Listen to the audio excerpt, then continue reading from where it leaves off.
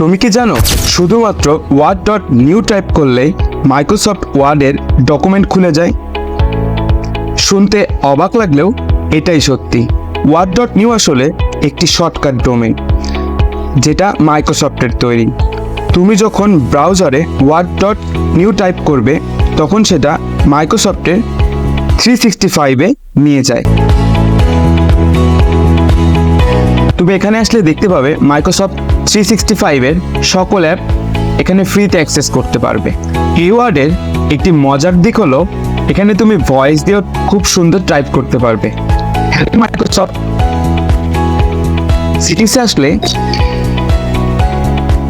যে কোনো ভাষা এখান থেকে চুজ করতে পারবে।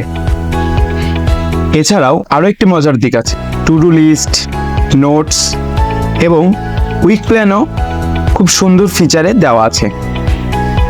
স্টুডেন্ট বা অফিস কর্মী যে কেউ দ্রুত কোনো ডক্স বানাতে চায় তার জন্য খুব সুন্দর কাজ করবে আর সময়ও বাঁচবে।